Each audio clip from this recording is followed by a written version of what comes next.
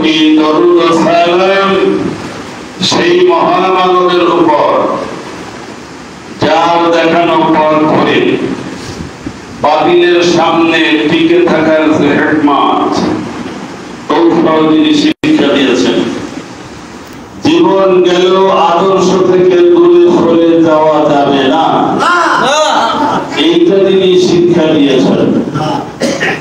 বাতিলের জুলুমের পরে অনুকূল পরিবেশ ফিরে আসলে কিভাবে দীপ্ত কণ্ঠে আল্লাহর জমিন আল্লাহর দ্বীনের কথা বলতে হয়, এই শিক্ষা দিয়ে তিনি সোনার মদিনায় রওজা মুবারকে শুয়ে শুয়ে আমাদের জন্য চোখের পানি ছেড়ে দিয়ে আল্লাহর দরবারে মাগফিরাত কামনা করছেন।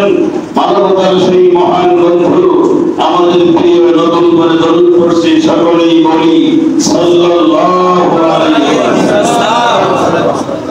আমার বন্ধুগণ, আপনারা ইমাম সাহেবের কণ্ঠে, সে ভালো আলেম কামিল পাস, এরপরে তার ছোট ভাই ওয়াহিদুজ্জামান ভালো বক্তা, আমি আশা করি আমাদের মুখ উজ্জ্বল করবে ইনশাআল্লাহ।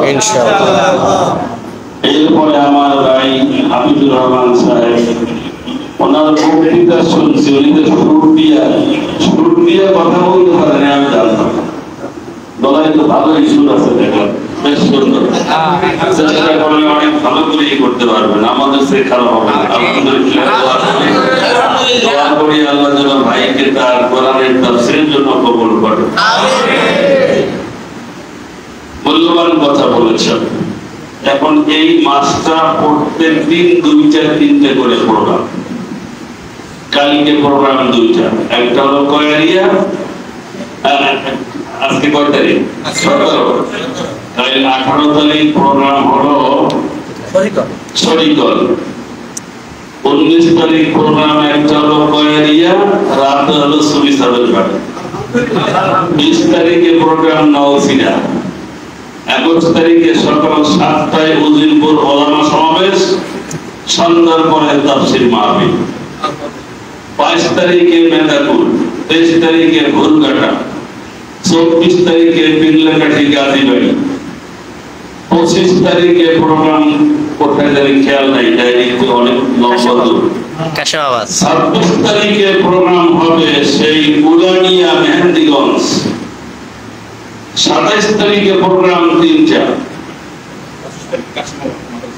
25 তারিখ কাশিমাবাদ 25 তারিখ। ও হ্যাঁ, তাই তো লেখা হয় না, লেখি এইভাবে প্রোগ্রাম চলছে, অথচ হার্ডে 3টা দিন পড়ানো, কথা বলতে পারবো না। কথা বলার ক্ষমতা কে দেন? আল্লাহ।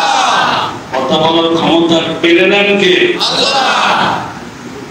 সকাল বেলায় বাদশারে তুই ফকির সন্ধ্যাবেলা, ঠিক কিনা?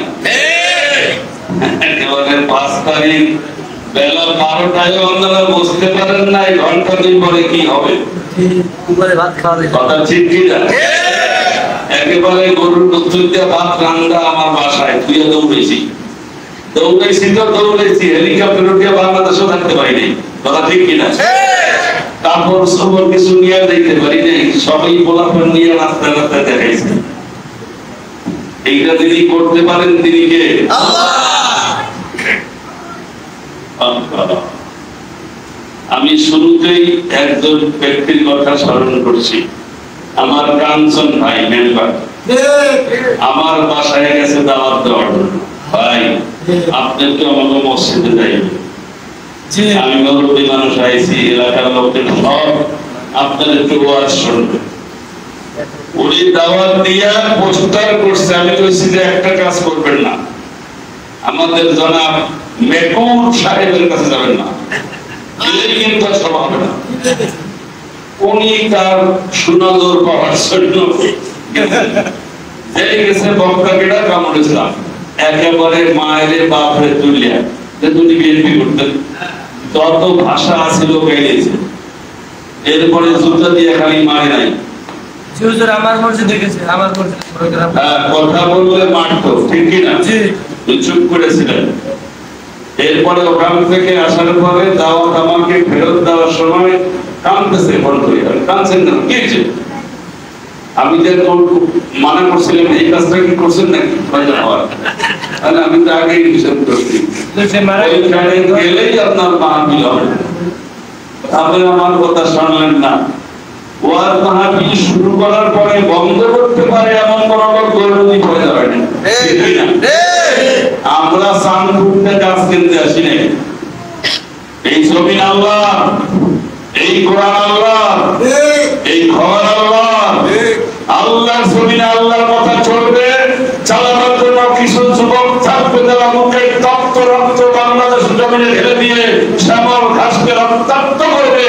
সন্তানের ডিম হবে, স্ত্রী বিধবা হবে, তারপরে কোরআন চলবে না।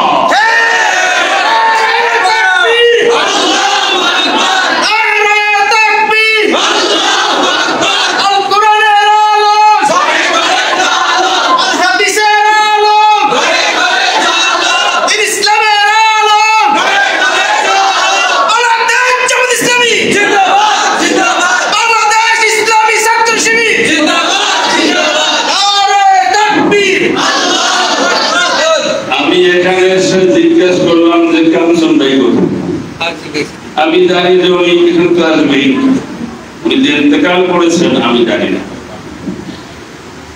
আমার ভাইকে আল্লাহ তিনি কোরআনের পক্ষের একটা কাজ করতেছিলেন, কোরআনের জন্য দাওয়াত দিয়েছিলেন, কোরআন শোনার জন্য।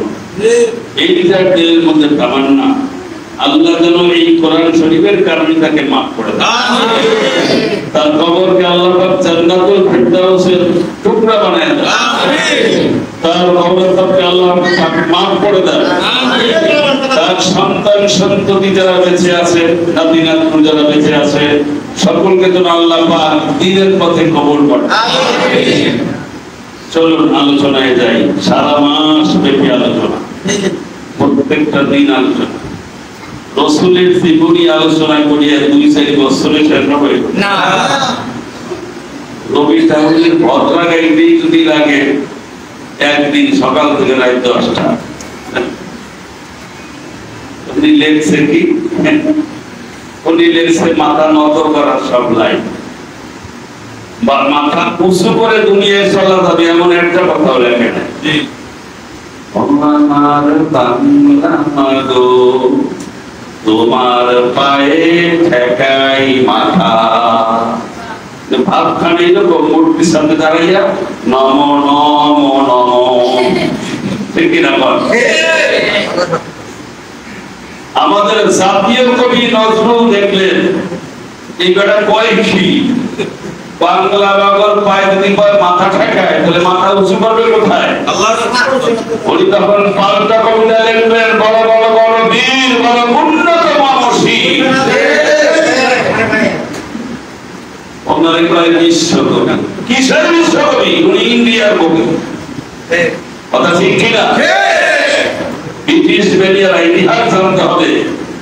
ব্রিটিশ বেরিয়ারা যখন স্বাধীন রাষ্ট্রগুলো দখল করতেছিল, একের পর এক রাষ্ট্র দখল করছে, স্বাধীন রাষ্ট্রগুলোকে ভেঙে টুকরো টুকরো করেছে, তখন এই ঠাকুর তাদেরকে আমন্ত্রণ জানাইছে, এসো হে এসো জগৎ গুরু।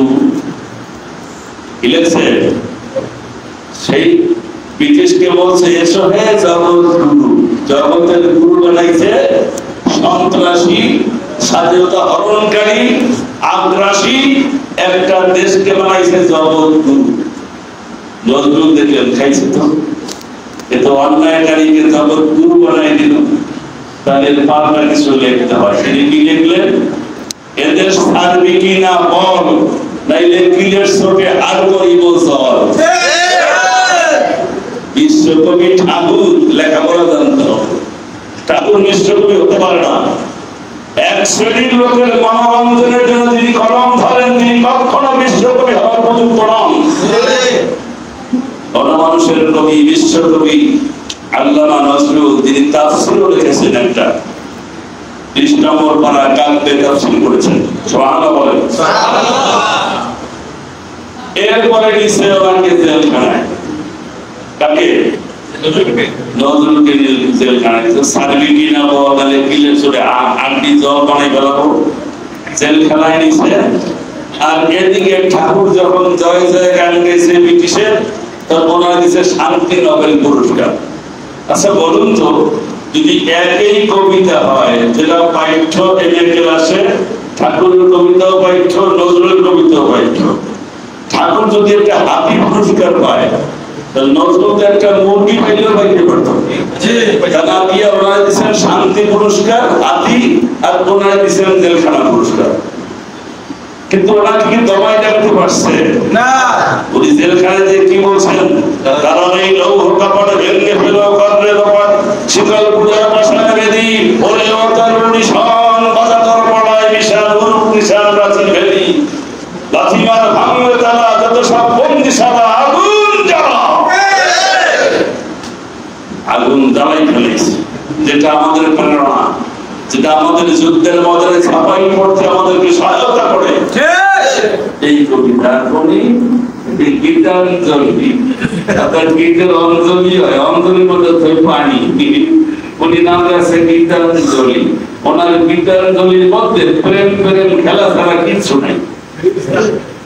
ওই যেখানে আলেমুলামা আছে, শিক্ষিত লোক আছে, আমি ওনার কবিতা কবিতা পড়ে পড়ে দেখলাম যে উনি প্রেম ছাড়া কিছু জানতো।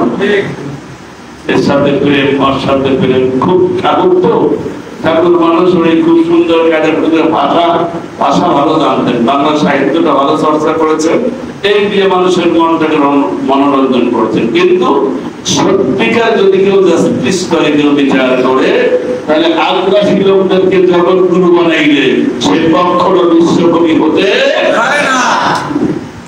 বিশ্বকবি ডক্টর আল্লামা ইকবাল, বিশ্বকবি পাকিস্তানের ডক্টর আল্লামা ইকবাল, এমন কোন সাইট নাই যেখানে তার লেখা নাই। আবার পাকিস্তানের দালাল বলেন আমার একজন লোক যদি ভালো হয় তাহলে ভালো বলবো না কেন, ঠিক কিনা বলছে?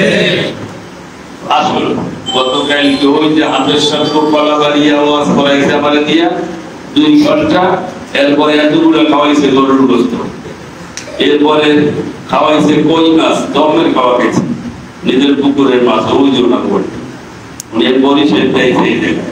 তারপর খাওয়াইছে রুই মাছের মাথা, এই মাথা আমার সে কম না, আমার মাথা সে বড়, এই আমার সিগারেট দোষ আছে, ডায়াবেটিস গুলি কি হবে, দমের খাওয়া খেয়েছে, দেখে সামনে তার বিরোধী শেষে নিয়েছে মিষ্টি রসগোল্লা, খাওয়া খেয়েছে। আবার বক্তৃতায় ওঠার আগে সেই এত বড় বিশাল থাল ভরিয়া ফল একটাও তুই নেই, সব আলহামদুলিল্লাহ। 14 নম্বর বুড়া অনেক জায়গা আছে, আল্লাহ হাজির কবুল করেছেন। এখন দূরে যারা আছেন, আমি এখন একটু কথা বলছি এই জন্য, দূরে যারা আছেন তারা দূরে থাকেন না, এখানে চলে আসেন। আপনারা ভাবতে পারেন আমাকে বাড়িতে একটা করবো, আমাকে মসজিদ আছে সেখানে একটা করবো, আপনারা করেন। আরো ভালো বক্তা আছেন, আমার চেয়ে অনেক বড় বক্তা নিয়ে আসেন, আমি আই হ্যাভ নো অবজেকশন, আমার আপত্তি নেই, বরং খুশি হবো যে আমার কানে ভালো হলে আসতেছে, আমি খুশি হবো, আমি লোকদেরকে পাঠাবো, সহযোগিতা করবো, এটাই হওয়া উচিত। আপনারা যারা আশপাশে চলে আসেন। আসলে নবীর জীবনী আলোচনা করতে গেলে 3টা ধাপে আলোচনা করতে হবে। কয়টা? একটা হলো নবীর পয়দা থেকে শুরু করে দুনিয়া আসার আগ পর্যন্ত, যেটা ভাই একটু ইঙ্গিত দিয়েছে। সরকারি কিতাবের মধ্যে লেখছে রাসূলের প্রথম নূর আল্লাহ সৃষ্টি করেছে।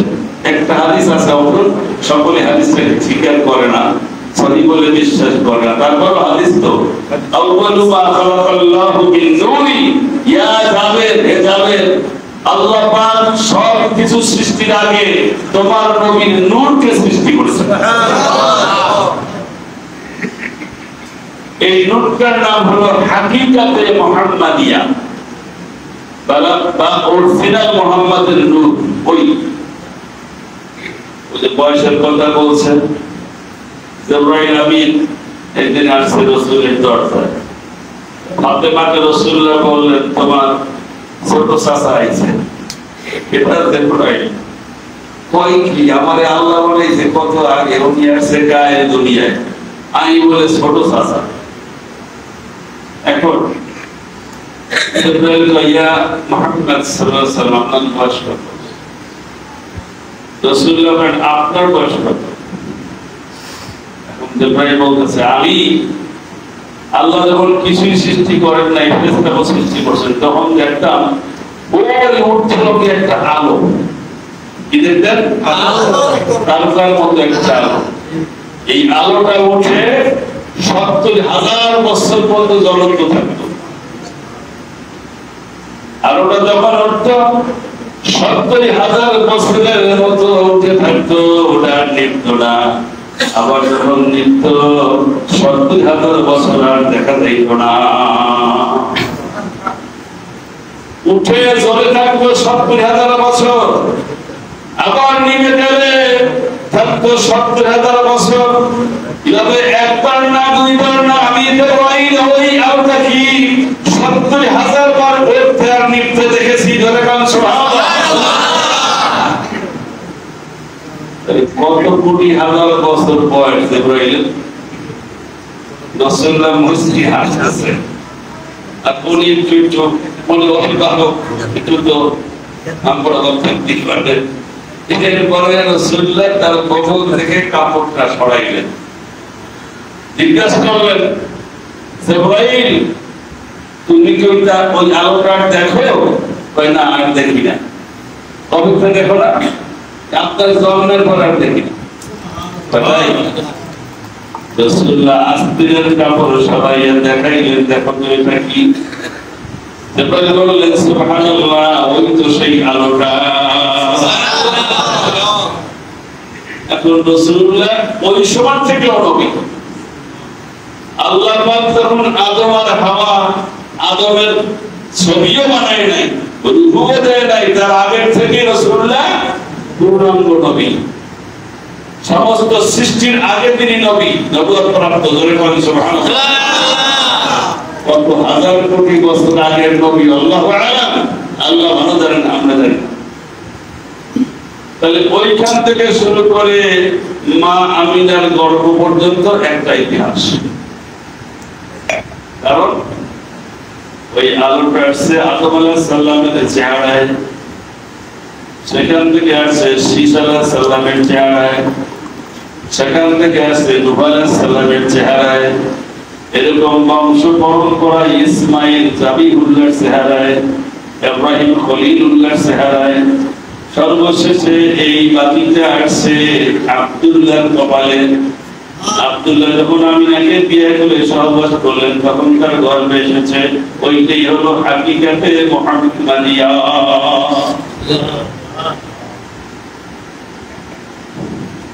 যখন আমিনার পেটে আসলেন নবী, রাস্তা দিয়ে চলার সময় তিনি আওয়াজ পাইতেন কানে, ওগো আমিনা, তোমার চলন বলন সতর্কতার সঙ্গে করবে, কারণ তোমার পেটে হলো আল্লাহর বন্ধু জনাবে মুহাম্মদুর রাসূলুল্লাহ সাল্লাল্লাহু আলাইহি ওয়াসাল্লাম।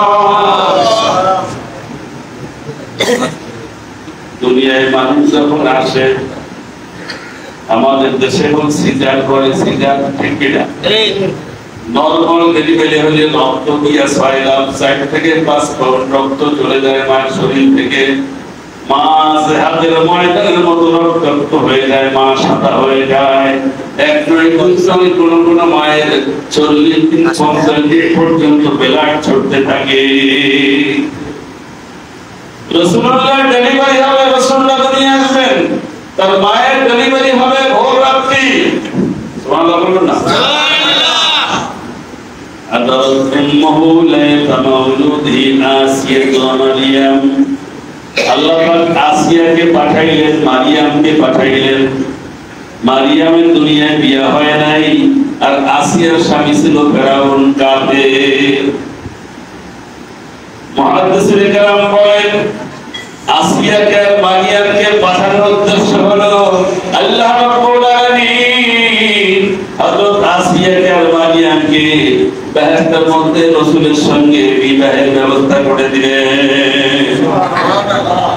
সেই জন্য তিনজনকে জন্মের সময় পাঠাইছে। অন্য রাইসের ডেলিভারি, কিসের আলো টালো কিছু নাই, ঘরে অটোমেটিক আলো জ্বলছে, কোনো বেলা নাই, কোনো পেন নাই, রসুলের মাথা বের হয়ে আসে, তার মুখে কেমন যেন শব্দ কি জানি বলে। হযরত আসিয়া কানের মুখের কাছে কান নিয়ে শুনলেন, উম্মতি উম্মতি উম্মতি, সুবহানাল্লাহ। তাহলে দুনিয়া আসার সময় উম্মতের জন্য তার কলিজাটা জ্বলছে, ঠিক কিনা?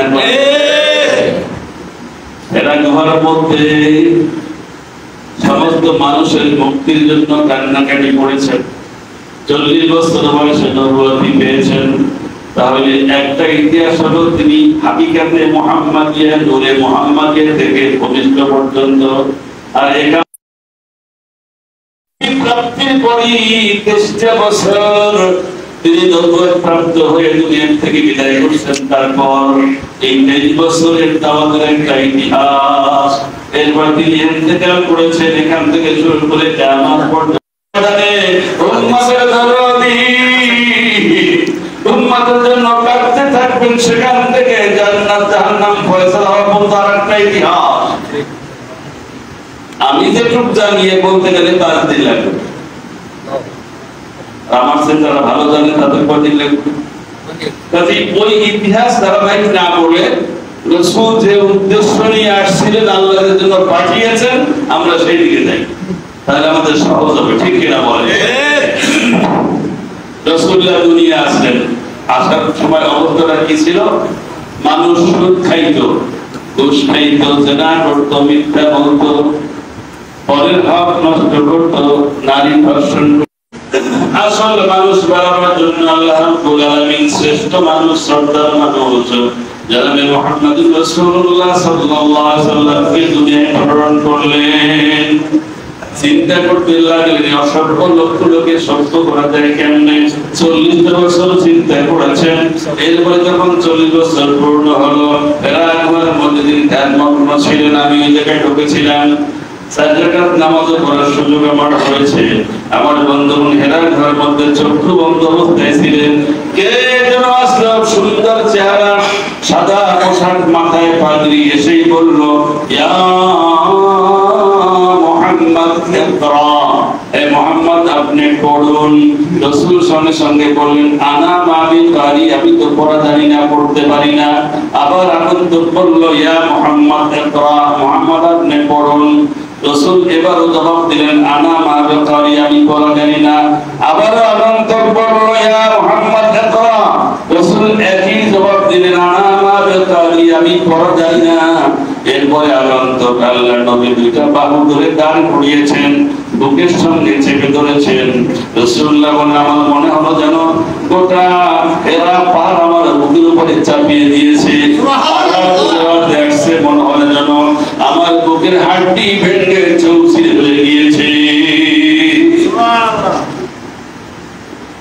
আগন্তুক আমাকে ছেড়ে দিয়ে নিজেই পড়তে লাগলো, ইকরা বিসমি রাব্বিকাল্লাযী খালাক, খালাকাল ইনসানা মিন আলাক, ইকরা রাব্বুকাল আকরাম, আল্লাযী আল্লামা বিল কলম, আল্লামাল ইনসানা মা লাম ইয়ালাম। ফার্স্টে আয়াত কারিমা রাসূলকে শুনিয়ে আমাদের খুদা হয়ে গেল।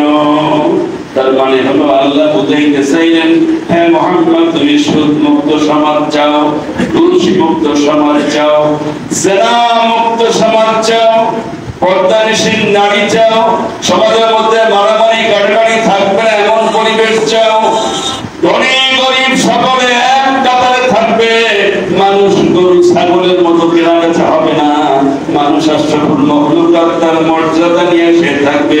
এটা যদি করতে চাও, ইকরা, তুমি পড়ো, আগে তুমি পড়ো, তোমার রবের থেকে যে জ্ঞান আসবে সেগুলো আগে পড়ো, তারপরে ওই কাজ করতে পারবা।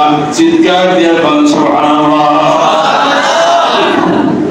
আবু জেহেলের জ্ঞান, আবু লাহাবের জ্ঞান, সাহেবা উতবা ওলিদের জ্ঞান, পৃথিবীর কোন মানুষের জ্ঞানে তোমার চিন্তা করতে চাও, তুমি একটা ভালো সমাজ করতে চাও, ভালো রাষ্ট্র করতে চাও, এটা কোনো মানুষের জ্ঞান দিয়ে হবে না। রব্বিকাল্লাযী খালাক, তোমার যিনি রব, যিনি তোমাকে সৃষ্টি করেছেন, তার দেওয়া জ্ঞান পড়ো, এ থেকে আহরণ করো, সমাজে ইমপ্লিমেন্ট করো, রাষ্ট্রে কার্যকরী করো, তাহলে শান্তির একটা সমাজ রাষ্ট্র পাওয়া সম্ভব। জনগণ সুবহানাল্লাহ। কথা বুঝে আসছে? আয়াত নাযিল হতে লাগলো। মক্কায় 13 বছর দাওয়াত দিলেন শান্তির জন্য, শান্তির সমাজ গঠন করার জন্য। ভালো করে বোঝেন, মানুষে মানুষের ভেদাভেদ থাকবে না, ধনী গরিব ভেদাভেদ থাকবে না। মানুষের পরিচয় হলো সব মানুষ আল্লাহর সৃষ্টি। আপনি সৈয়দের ছেলে, আপনার দাম খুব বেশি, আর একজন ব্যাপারী বংশ, তার দাম একেবারেই নাই। ব্যাপারটা এরকম? তাই যদি হয় তাহলে কুরাইশ বংশের শ্রেষ্ঠ শ্রেষ্ঠ লোক ছিল আবু জেহেল, আবু লাহাব, আর বেলাল ছিলেন হাফসি গোলাম। বেলালের নাম নিয়ে বলতে হয় হযরত আলা সাইয়্যিদনা বেলাল, আমাদের সর্দার বেলাল বলতে হয় মোমেনদের। কথা ঠিক কি না? কালো, খুব কালো লোক ছিল, হাফসি গোলাম ছিল, উমাইয়ার গোলাম, পাষাণ্ড উমাইয়ার গোলাম ছিল, খুব কালো মানুষ। দাম কত শুনবেন? বংশে দাম বাড়ে না, দাম বাড়ে আমলে। কিসে? আমলে। রাসূলুল্লাহ মেরাজে গেলেন, যেভাবে বলো হুজুর আমি এর সামনে যেতে পারবো না, আমাকে আল্লাহ পাক যখন কোনো ওহী দেয় আমি এই জায়গায় এসে বসি, এখান থেকে ওহী দিলাম, এখান থেকে নিয়ে আবার চলে যাই, এইটা হলো মিডিল পয়েন্ট। এখান থেকে যদি আমি একটু পরে উঠি, আমার 600 নূরের পাখা সঙ্গে সঙ্গে পড়ে ছারখার হয়ে যাবে। আপনি এখানে থাকেন, এখান থেকে আরেকটা যানবাহন, তার নাম রফরফ সওয়ারি। এই রফরফ সওয়ারি এখান থেকে এক কান দিয়ে আপনাকে আশা দিবে নিয়ে যাবে। অন্ধকার, রাসূলুল্লাহ একাকী, কোন জায়গায় বোঝেন তো? আর শান্তিমার পিঠে মাঝখান, কত লক্ষ মাইল দূরে, এটা তো মাপাতে পাওয়া কঠিন। রাসূল বলেন আমি শুনতে পাইলাম পাশে কলম চালানোর শব্দ, তার মানে হবে আল্লাহ রাব্বুল আলামিন মানব দানব বৃক্ষরাজি তরুলতা বন বনানী সাগর সৈকত পাহাড় পর্বত আসমান জমিন সৃষ্টি করেছেন। এক একটা ডিপার্টমেন্ট ফেরেশতাদের দায়িত্ব দিয়ে দিয়েছেন, যে সমস্ত ফেরেশতারা দায়িত্বপ্রাপ্ত তারা হিসাব করে লিখে লিখে রাখে কলম চালানোর শব্দ আল্লাহ নবী নিজের কানে শুনেছেন, কিন্তু কাউকে দেখতে পান নাই।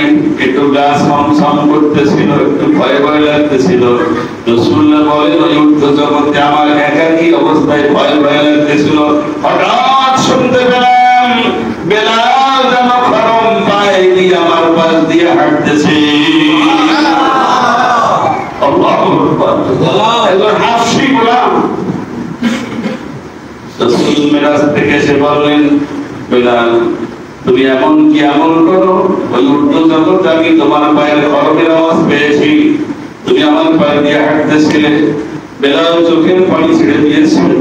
ইয়া রাসূলুল্লাহ আমার যখন ওযু চলে যায়, প্রস্রাব করে হোক, পায়খানা করে হোক, বায়ু নির্গত হোক, যেভাবেই হোক, ওযু যখন চলে যায় সঙ্গে সঙ্গে ওযু করি, আর ওযুর পরে আমি 2 রাকাত তাহিয়াতুল ওযু নামাজ পড়ি। রাসূলুল্লাহ বলেন তোমার পবিত্রতা, তোমার 2 রাকাত নামাজ আল্লাহ পাক তোমাকে এই কারণে ওই উর্ধ্ব জগতে পৌঁছে দিয়েছে।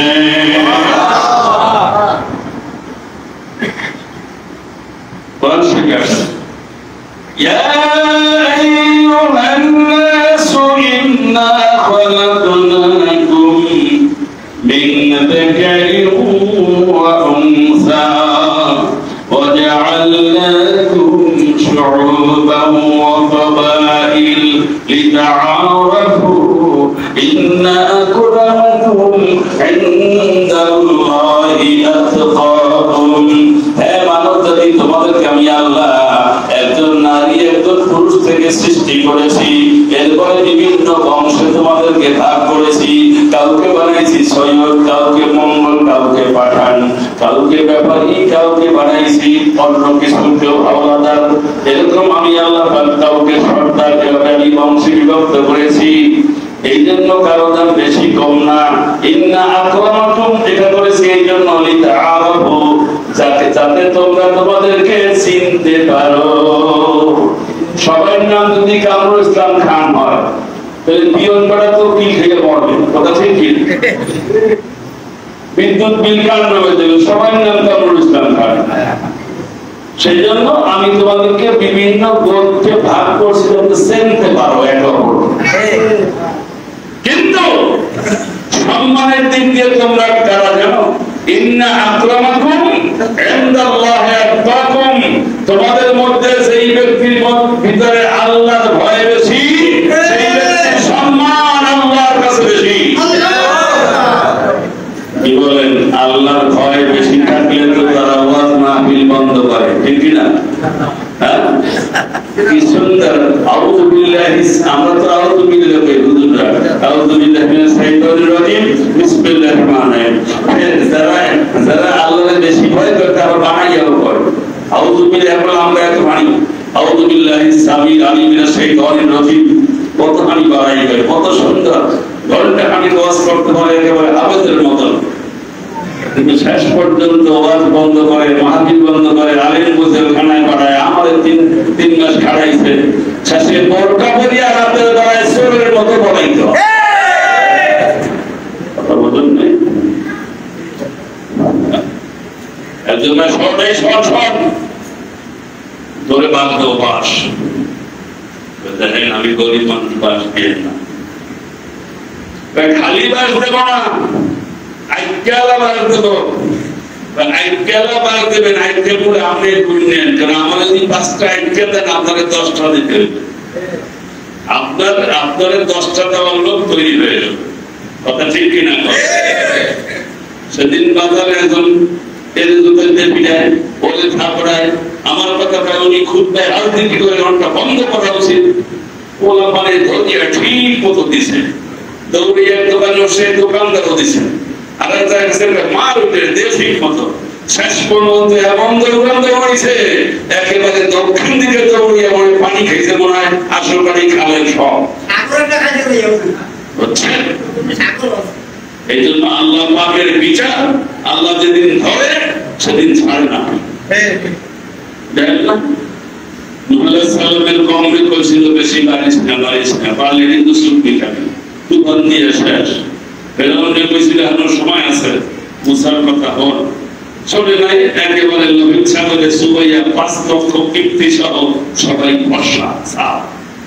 এরপরে হযরতে মুসা আলাইহিস সালাম 40 বছর রাজ্য চালাইছে। নমরুদের কাছে বেশি চালাইছ না, মশলা দিয়ে সাফ করব, একেবারে আকাশে উঠছিল, দুটা জাতি মশা দিয়ে কামড়াইয়া মারিয়ে ধুইয়া। এরপরে ইব্রাহিম খলিল 50 বছর রাজত্ব করেছেন। আমরা বলতে চাই ইতিহাস থেকে ইসলামী আন্দোলনের দ্বারা রাষ্ট্র চালাবে ইনশাআল্লাহ। ইতিহাস কথা বলে, আমরা বানাই বলি না। ইতিহাস কি বলে? কথা বলে। আসলে এখন মক্কায় দাওয়াত দিলেন 13 বছর। কয় বছর? মক্কার যত লোক এখন সবাই সুলকানি হয়েছে। কি হয়েছে? খালি সুলকা, মুহাম্মাদের কথা সব সুলকাই না কথা। দারুদ, মিখাজ, খুজলি, পাসরা, পাপড়ি, ওদের লুঙ্গি মঙ্গি থুইয়া সুলকায়। মানে কথাগুলো ভালো লাগে না, আছে না এরকম? রসুলের গায়ে পড়া দিয়ে ঝগড়া করতে চায়। রসুল ঝগড়া করেন নাই, কাউকে একটা কটু কথা বলেন নাই, কাকুর দিকে চোখ লাগবে মানে তাকেন নাই, এই ভালো লোকটারে গায়ে পড়া দিয়ে ঝগড়া। এক মহিলার স্বভাব ছিল ঝগড়া করা, ঘরের বেদামি কাউকে সামনে পেরিয়ে ঝগড়া। ওনাকে দেখে সবাই দরজা বন্ধ করছে যে আজকে আর কথা বলবো।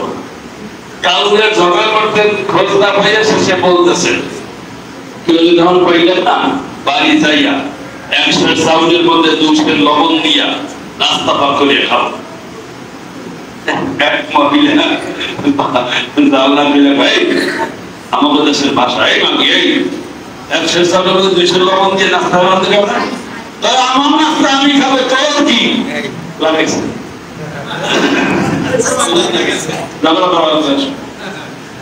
প্রত্যেক নবীর কথায় তাদের সুরকারি হয়েছে ঝগড়া তৈরি হয়েছে ঠিক কিনা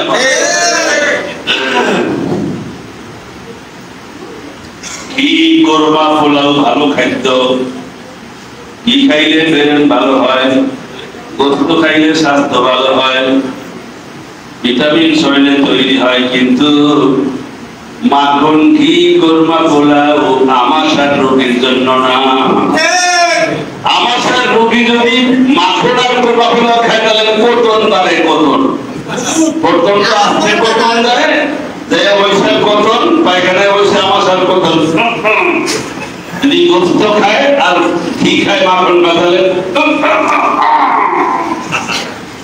সারা নিউকি মাইকে ফেলায় আমাদের আলেমদের কথা শোনার পরে আমাশা লাগছে ঠিক কিনা যারা আলেমদের চোখে দেখতে পারে না ইসলামের কথা সহ্য হয় না সব পেশা পেশা সেইটাও খারাপ কেমনে ঈদের সাদ উঠছে সবাই কয় ঈদের সাদ কালকে ঈদ কালকে ঈদ এক মহিলা তার ছেলেদের সোসাইটি ছিল ওনার ছেলেকে বলে কেজি খানিক পায়খানা করছে সোসাইটিতে যাইয়া ওই হই হুল্লোড়ের কারণে পানি ঢালতে মনে নাই খালি ল্যাটর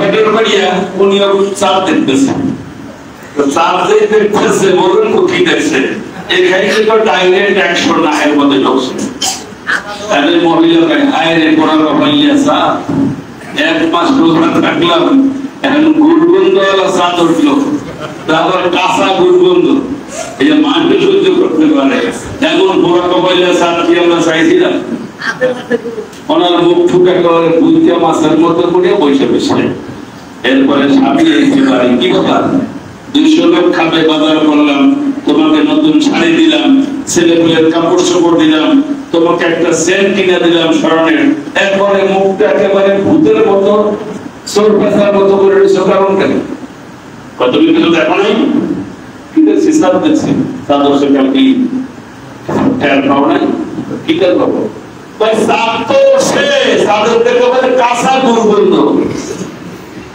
লোকটা ছিল শিক্ষিত চিন্তা করলো সাত অপপ্রিয় সাত মাধ্যমাকাশন শক্তি ভেদ করে আমার বউয়ের নাহের ডগার মধ্যে গন্ধ ঢুকলো কেন তুমি কেমনে সাত দেখছো কেমনে দেখি তোমার হাত কামড়ে একেবারে 5 ব্যাগ সিমেন্ট প্লাস্টার ঢোকা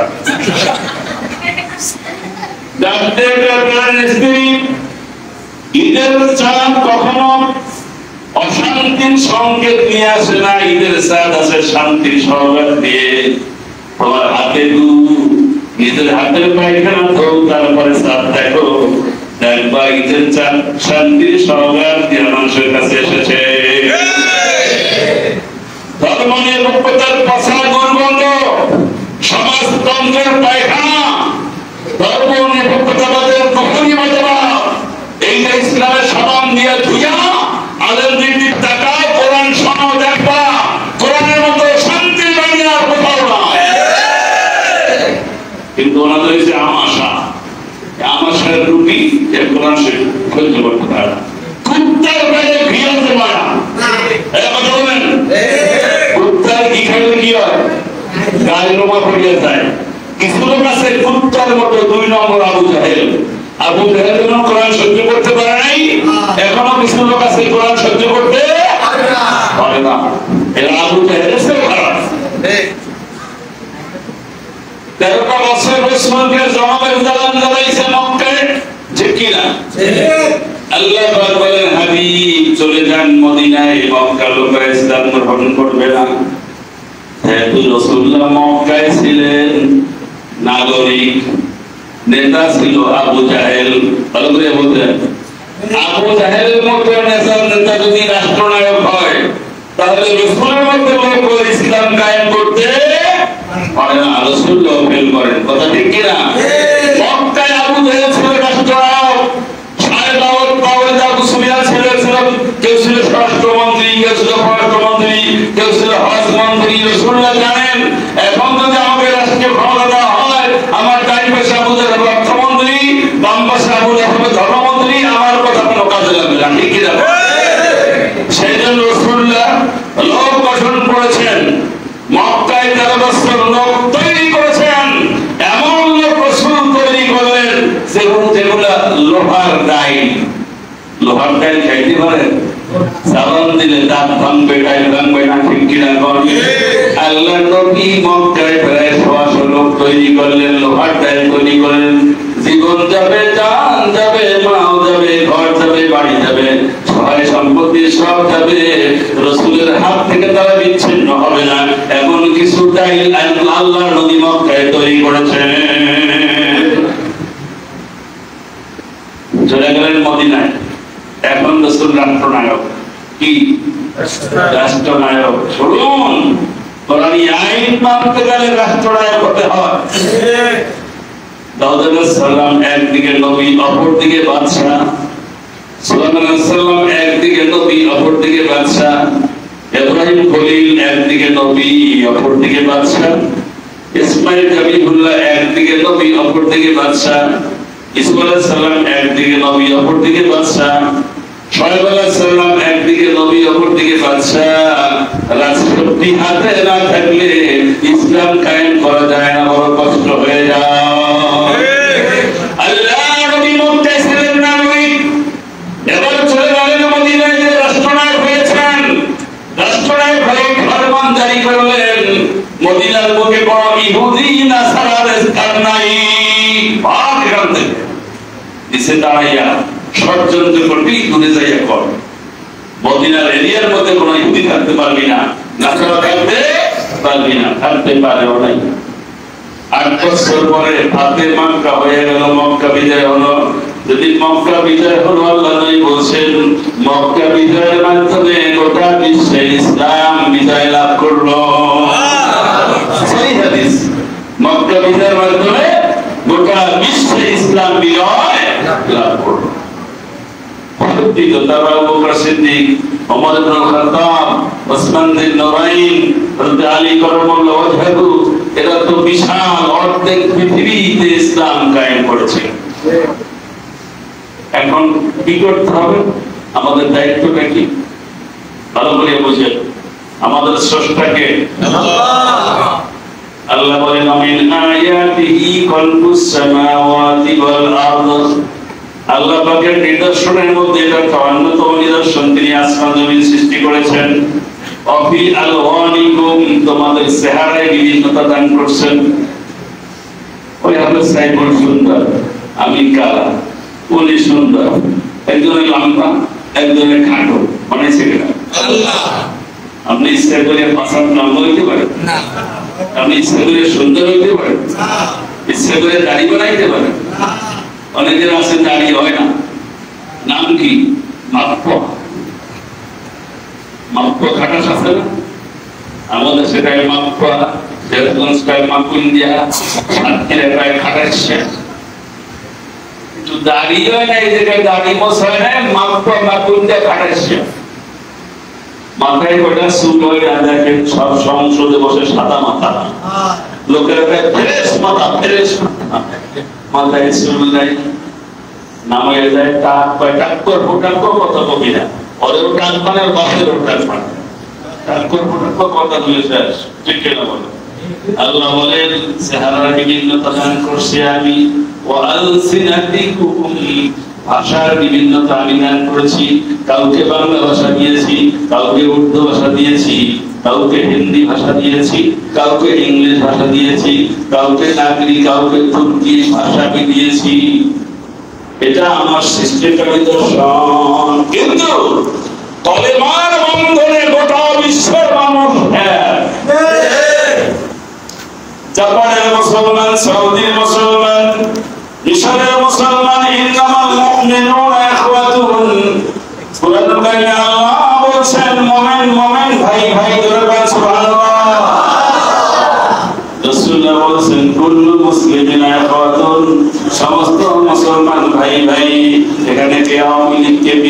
के जमात के हिफाजत के ताबलीग के पाबलीग के সবসিনা কে সর্বনাই এটা দেখার বিষয় না। আমরা সকলে এক ইমামের পিছনে নামাজ পড়ি, ইমাম বলে আল্লাহু আকবার, আমরা রুকুতে যাই, ইমাম বলে আল্লাহু আকবার, সিজদায় চলে যাই, ইমাম বলে আসসালামু আলাইকুম ওয়া রাহমাতুল্লাহ, আমরা সালাম ফিরাই। সুতরাং দেখা যায় মসজিদে আল্লাহর হুকুম মতো নামাজ পড়ার কারণে এখানে কোন ব্যক্তির মধ্যে ভেদাভেদ নাই। সুবহানাল্লাহ। ঠিক তেমনি সমস্ত মুসলমান ভাইদের রাসূলুল্লাহ বলেছেন, মক্কা থেকে যারা মদিনায় হিজরত করেছিলেন এদের নাম ছিল মুহাজির। মদিনার লোকের নাম ছিল আনসার। মুহাজির মানে হিজরতকারী, আনসার মানে সাহায্যকারী। আল্লাহ রাসূল আনসার মুহাজিরের মধ্যে ভ্রাতৃত্ব বন্ধন করলেন। মদিনা ছোট্ট একটা শহর, কৃষক লোক সেখানে বসবাস করে। আজও মদিনা বিখ্যাত কৃষির জন্য, খুব ভালো করে বুঝুন।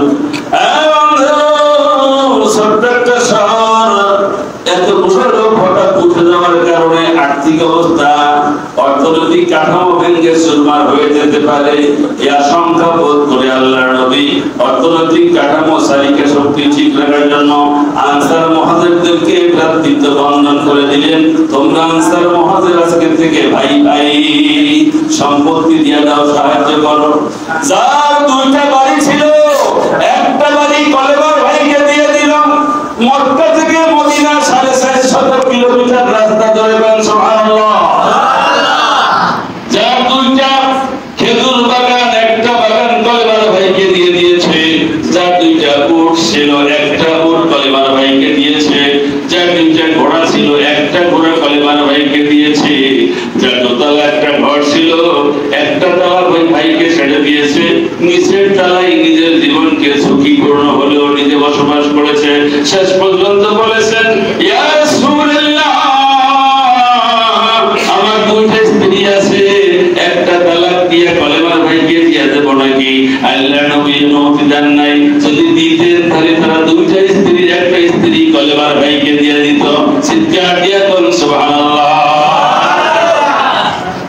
আমরা আপন ভাইয়ের সম্পত্তি মারিয়ে খাই, ওদের সম্পত্তি দেই না, ঠিক কিনা? সানশির বাজারে 1 শতক জমির দাম 3-4 লাখ টাকা। 2 শতক জমি ওখানে আছে, 3 শতক হলে বন পাবে 1 শতক, ভাই পাবে 2 শতক। কতটা হিন্দু দিব না, আমরা তো দোকানদারি করে খাই, তোলে দিব মানে ওই বিলের মধ্যে 7 লাখ নি, যেখানে 10 বিঘার দাম নাই 1 লক্ষ টাকা, ঠিক কিনা? ভাই দেখ, আমি নিলাম 3 শতক, তোলে এই দিলাম 3 বিঘা দিলাম, 5 লক্ষ দিলাম। অত 8 শতকের দাম আমার দুষ্টতে হয় নাই, সবাই জন্মে ঠকা, কথা ঠিক কিনা? তাহলে কলেমার ভাই আপন, ভাই বোনের চাইতে আপন, কথা ঠিক না বেঠিক? আল্লাহু আকবার বলেন। আমরা কি মদিনার আনসার মুহাজিরের মতো আজকে ওয়াজ শোনার পর থেকে মৃত্যুর আগ পর্যন্ত এভাবে আমরা ভাই ভাই বসবাস করতে রাজি আছি? তাহলে আমি ওয়াজ সামনে করব না, জেনে শেষ করে দেব। সবাই রাজি আছি? আল্লাহু আকবার বলে হাত তোলো। নারে তাকবীর, আল্লাহু আকবার। আল কোরআনের আলো, আল হাদিসের আলো, দিন ইসলামের আলো। নারে তাকবীর, আল্লাহু আকবার। না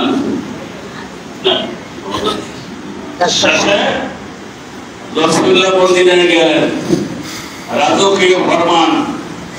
আগে মক্কায় তো সমস্যা আছে, চাচা কলেমা পড়েন, হবে না সব, কিসের কলেমা? আবু লাহাব চাচা মুসলমান, হ্যাঁ নতুন তো আপনি সাহেবা, আপনি আসেন চাচা, আমি আবু লাহাব, হ্যাঁ এখন নবী হয়েছিল। নাগরিক তো, নাগরিকের কথা কেউ শোনেন? এবার মদিনায় গেছেন রাসূল, রাষ্ট্রনায়ক, এবার সরকার প্রধান রাসূল, তার ডাইন পাশে বাম পাশে মন্ত্রীগুলো আলীর মতো লোক, ওমরের মতো লোক, হযরত ওসমান বিন নুরাইনের মতো শক্তিশালী ধনী মানুষ, এরপর আবু বকর সিদ্দিকের মতো উদারবান লোক তার মন্ত্রী পরিষদ। সুবহানাল্লাহ। ফরমান জারি হতে বর্ণনাকারী হলো একটা করে আইন জারি করা হলো আর মানুষ তা মানতে লাগলো। আপনারা মানবেন কেন? আমি বলি আগে কথাটা বলে নেই। আল্লাহ বলেন সাবধান, সৃষ্টি যার হুকুম চলবে তার। সৃষ্টিকার হুকুম চলবে কার? আল্লাহ তো কইছেন মদ খাও, মদ কি দেশে আছে? আল্লাহ কইছেন মহিলারা মাথায় কাপড় দিয়ে আইতো না, মহিলারা বেপরদায় আছে। আল্লাহ কইছেন জিনা করো, বেশ্যাপাড়া করো, বেশ্যাপাড়া আছে। বানাইছে কারা? বানাইছে কারা? এরা যারা বানাইছে আল্লাহ শত্রু, আলেমের শত্রু, রাসূলের শত্রু। আর এই শত্রুগুলোর সামনে আল্লামা সাঈদীর মতো বিশ্ববিখ্যাত তাফসীরকার মুখের সামনে কথা বলেছেন, তখন তাকে মিথ্যা গেল দিয়া জঙ্গি বানাইয়া নাটক সাজাইয়া জেলখানায় ঢুকাইছে। তোমরা মারছো একজন জঙ্গি, স্বাধীনতা বিরোধী বানাইছো, একটা লোককে হত্যা করেছো। তোমরা একটা লোককে হত্যা করো নাই, পৃথিবীর 200 কোটি মানুষের কলিজার মধ্যে ছুরি চালাইছো। পতন এমনি হয় নাই। 68টি রাষ্ট্রে পৃথিবীর বুকে তিনি কোরআনের দাওয়াত দিয়েছেন। ওই চোখের পানি আল্লাহ কবুল করেছেন। এদেশে মিজানুর রহমান আজহারীকে দেশ থেকে ধাওয়াইয়া দিয়া মালয়েশিয়া উঠেছে ধর্ম প্রতিবন্ধী। তার 2 মাসের মাথায় সে মরছে, জনগণ মরছে সে দেশে মাটির তলে। আজহারী এখনো পৃথিবীতে আছেন, সে দেশে আসবেন অবশ্যই বীরের ভেসে। আর তুমি তাকে দাঁড়াইয়া আল্লাহর দুনিয়ায় থাকতে পারো নাই, তোমার দায়িত্ব হয়েছে মাটির তলে, কবরের মধ্যে। হক্কানি আলেমদের সাথে ফাজলামি করলে। আজহারীর বয়স কত? তিনি 32-35। এই এক একটা মাহফিলে লক্ষ লক্ষ লোক, 2 লাখ 3 লাখ লোক জীবনে 200 টাকা দেখেন। এটা আজহারীর মহব্বতে নয়, ইউটিউব কোরআন তাফসীরের মধ্যে কোরআন আছে। আল্লামা সাঈদীকে দিনে বলছিলাম, আপনার লোকেরা এত ভালোবাসে হুজুর। কয় আমাকে না, আমাকে। আমি আজকে কোরআন বাদ দিয়ে অন্য কিছু করলে আমার দাঁড়িয়ে আসবে না। আল্লাহর কোরআনকে ভালোবাসে লোকে। বড় মনের মানুষের কথা তো ওই মাপেরই হয়, কথা ঠিক কিনা বলে? আমার মহব্বতে ওই লক্ষ লক্ষ লোক আসে না। সেই চট্টগ্রাম লালদিঘির ময়দানে এত লক্ষ লোক আসে না। বগুড়া খেলার মাঠে 2 ভাই 10 বছর তাফসীর করেছি একসঙ্গে। আমার 3 লোক। এখন যেটা বলতে চাই, আল্লাহ বলেন সৃষ্টি তার হুকুম চলবে। আল্লাহর হুকুম একটাও নাই বাংলাদেশে, আছে? নাই। দরকার আছে? না। বুঝে করছেন তো? জি। 3.5 লক্ষ মসজিদে 3.5 লক্ষ ইমাম, 3.5 লাখ মুয়াজ্জিন, 7 লাখ। 10 জন করে মুসল্লি হইলে আরো কত লাখ, কত কোটি। এরপরে 28,000 আলিয়া মাদ্রাসা, 35,000 বড় মাদ্রাসা, 2.5 লক্ষ হেফজখানা, 5 লক্ষের মতন ভোরকানিয়া মত। এরপরে জামাত ইসলামীর লোক, শর্ষিনার লক্ষ লক্ষ মুরিদ, চরমনাই লক্ষ লক্ষ মুরিদ, এই টঙ্গীর তুরাগ নদীর তীরে তাবলীগ জামাতের কোটিখানেক লোক। এত তাবলীগ, এত পাবলিক, এত হুজুর, এত খাজুর, এতগুলো লোক ইসলামের একটা আইনও কায়েম করতে পারল না কেন? আমরা ইসলাম আসলে নিজেরাই মানি না। ঠিক কিনা বলেন? এবারে আসুন,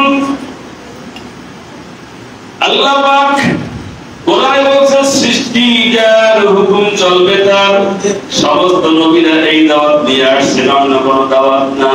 যখনই মানুষ, যখনই শাসন চক্র, যখনই শাসক গোষ্ঠী আল্লাহর হুকুম বাদ দিয়া নিজেরা কোন হুকুম কায়েম করে মানুষকে গোলাম বানাইছে, আল্লাহ থেকে বিচ্ছিন্ন করে ফেলেছে, তখন আল্লাহ রাব্বুল আলামিন আরেকজন নবী প্রেরণ করে এই মানুষগুলোকে আল্লাহর বান্দা বানাবার জন্য দাওয়াত দিয়েছেন।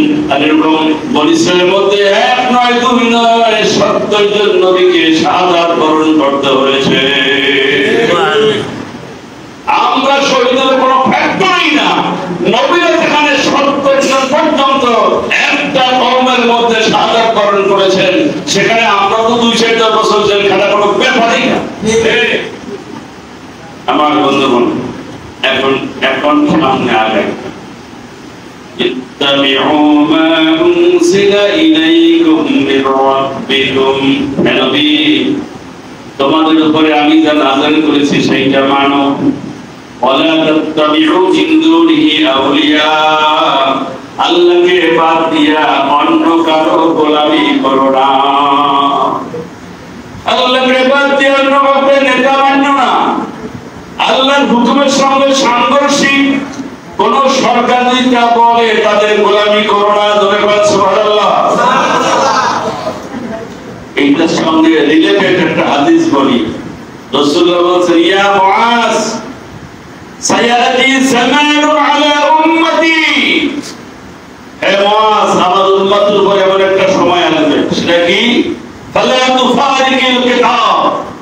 আল্লাহর কিতাব প্রশাসন থেকে বিচ্ছিন্ন হয়ে যাবে।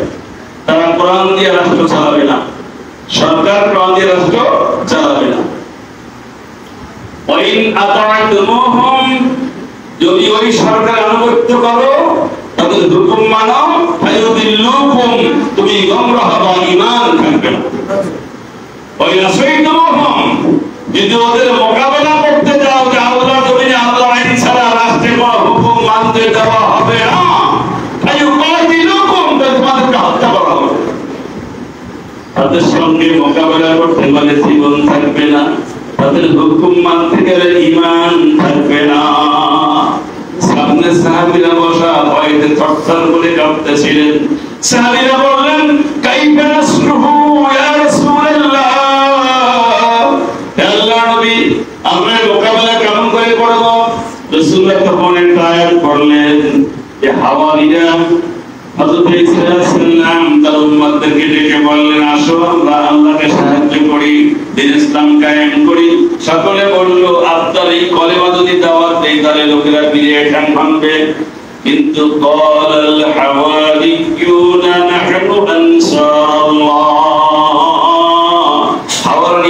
হাওয়ারি নামে একটা দল ছিল, তারা বলল সকলে আমরা আল্লাহর সাহায্য করব।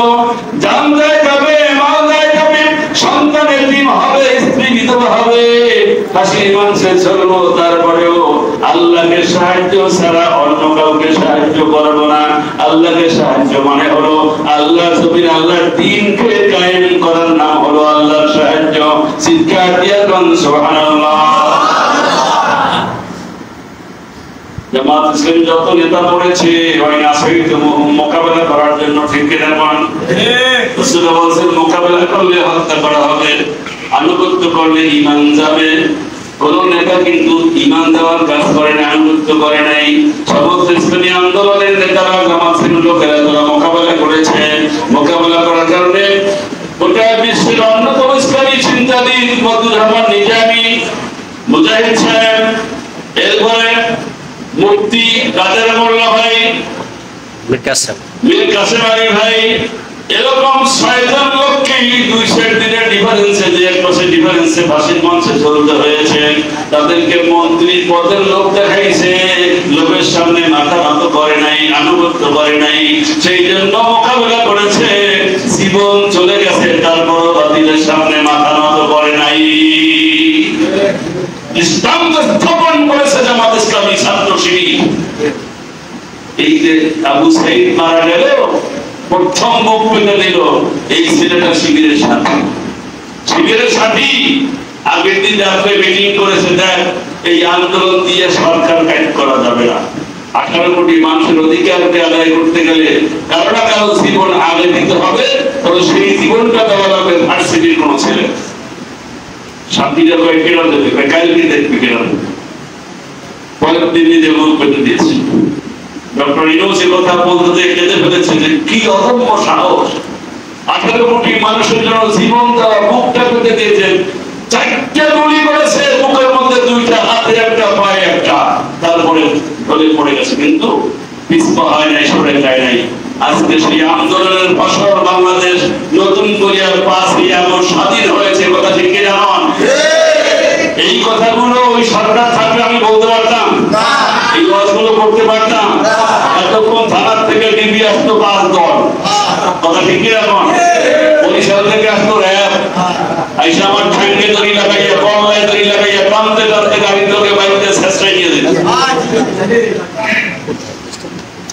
আমার কষ্ট হচ্ছে আমি যা নাজিল করছি সেটা তোমরা মানো। আল্লাহ নাজিল করছেন কোরআন, খেয়াল করুন কোরআনুল কারীমে 114টা সূরা, 540টা রুকু, 6666 খানা আয়াতে কারিমা, 86000 শব্দ, 3.5 লক্ষাধিক অক্ষর। এর মধ্যে শরীয়তের 500 হুকুম, 500-র মধ্যে একটা হলো নামাজ। বাকি 499টা কি? ধরেন কলেমা, নামাজ, রোজা, হজ, যাকাত 5টা হলো। আর 495টা কি? ধরেন সুদ না খাওয়া, ঘুষ না খাওয়া, জিনা না করা, মিথ্যা না বলা, পরের জমির আইন না খেলা, পাচার করা 10টা হলো। আর 490টা কি? এবং বাকি 490টার মধ্যে রাজনীতি নাই, কে বললো আপনাকে? শিক্ষানীতি নাই, কে বললো আপনাকে? অর্থনীতি নাই, কে বললো? ভোট নীতি নাই, কে বললো? নেতা নির্বাচন নীতি নাই, কে বললো আপনাকে? আমার আল্লাহ আসল কোরআন নাযিল করেন নাই। আল্লাহ বলছেন ওয়ামা মিন দাব্বাতিন ফিল আরদি ইল্লা আলাল্লাহি রিজকুহা ওয়া ইয়ালামু মুস্তাকাররাহা ওয়া মুস্তাওদাআহা কুল্লুন ফি কিতাবিন মুবিন। পৃথিবীর মধ্যে সমস্ত বিচরণশীল জীবের রিজিক আল্লাহ পাক দান করেন। তোমরা কোত্থেকে আসছো, কোথায় যাবো? আমি আল্লাহ পাকের হাতের মধ্যে সবকিছু। এরপরে আল্লাহ বলেন মানুষের ব্যক্তি, পরিবার, সমাজ, রাষ্ট্রে টায়ারে টায়ারে বাঁকে বাঁকে চলার জন্য যত নীতিমালার প্রয়োজন সব নীতিমালা ওপেন টু অল, কুল্লুন ফি কিতাবিন মুবিন, স্পষ্ট করে কোরআনের মধ্যে লিখে দেওয়া হয়েছে। আপনি নামাজ পড়বেন কোরআন দিয়া, আর ইলেকশন করবেন ভারতের ওই মালুকু আইন দিয়া। কে শিখাইছে আপনাকে? আপনি রোজা রাখবেন কোরআন দিয়া, সংসদ চালাবেন মানুষের হুকুম দিয়া। একটু পসিবল, এটা কি করে সম্ভব?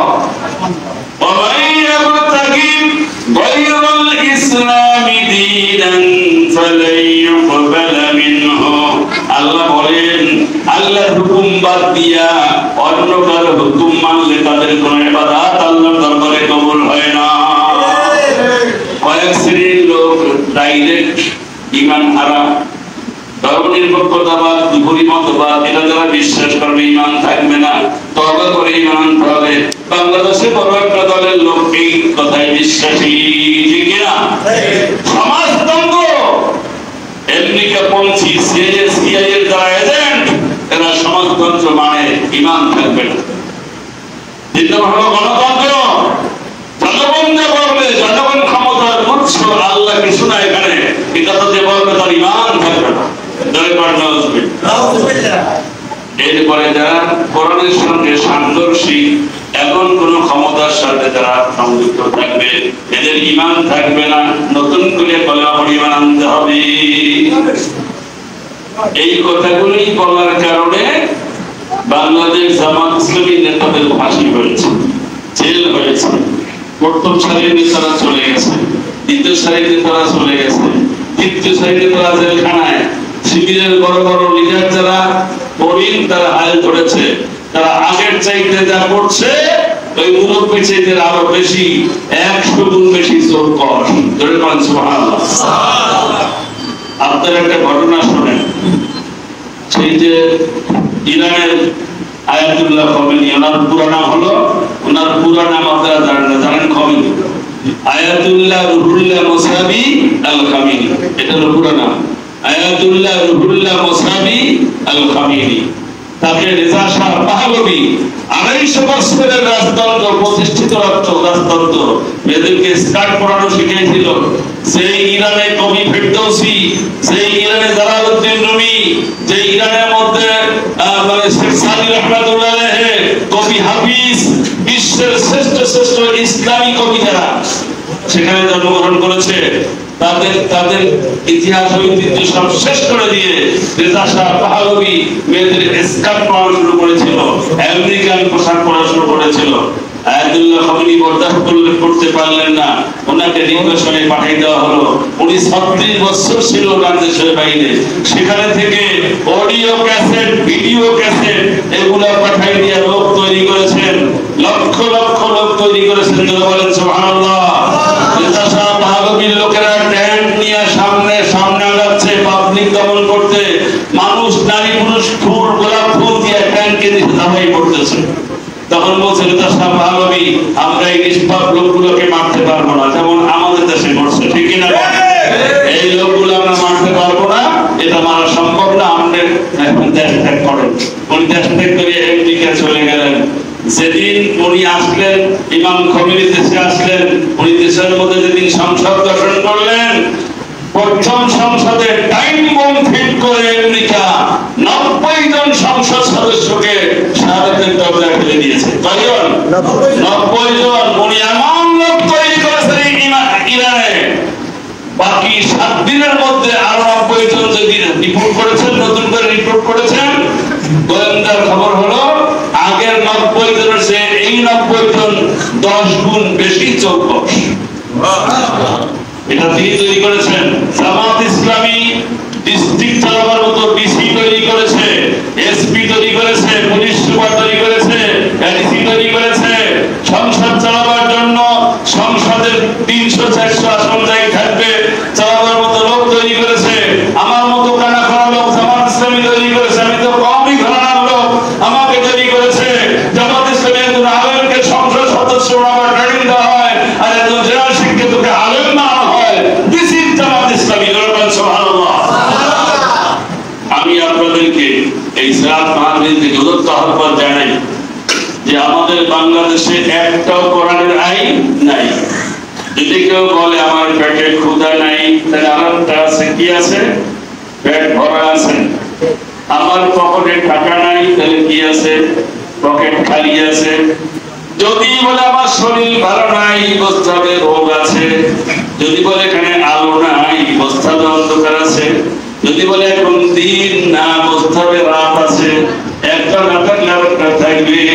সেই দেশের সংসদ থেকে রান্নাঘর পর্যন্ত 18 কোটির মধ্যে 16 কোটি মুসলমান, একটাও কোরআনের আইন নাই, তাহলে বুঝতে হবে কোরআন বিরোধী শয়তানি হুকুম সব চালু আছে। বুঝছেন? তাহলে এখন অন্তত এই মসজিদ সমাজের মধ্যে হবে, তাই সকাল থেকে কোরআন সুন্নাহ ভিত্তিক জীবন যাপন এবং জীবন গঠনের জন্য, কোরআন সুন্নাহ আইন কায়েমের জন্য ইসলামী আন্দোলনের সঙ্গে সম্পৃক্ত হওয়া, তাদের সদস্য হওয়া, সেখানে জান আর মাল দিয়ে কাজ করা। তাহলে this is the beautiful of Seerat Mahfil. এই সিরাত মাহফিলের সম্মান বাড়বে, মূল্য বাড়বে, ঠিক কিনা বলেন? আমি কি আপনাদেরকে একটু দেখতে চাইলে হাত দেখাতে পারবেন? এখন থেকে জান আর মাল দিয়া আল্লাহর জমিনে আল্লাহর কোরআন আইন কায়েম হোক, এই পথে যারা লড়াই করে তাদের সাথে আমরা থাকবো। কারা কারা আছি? আল্লাহ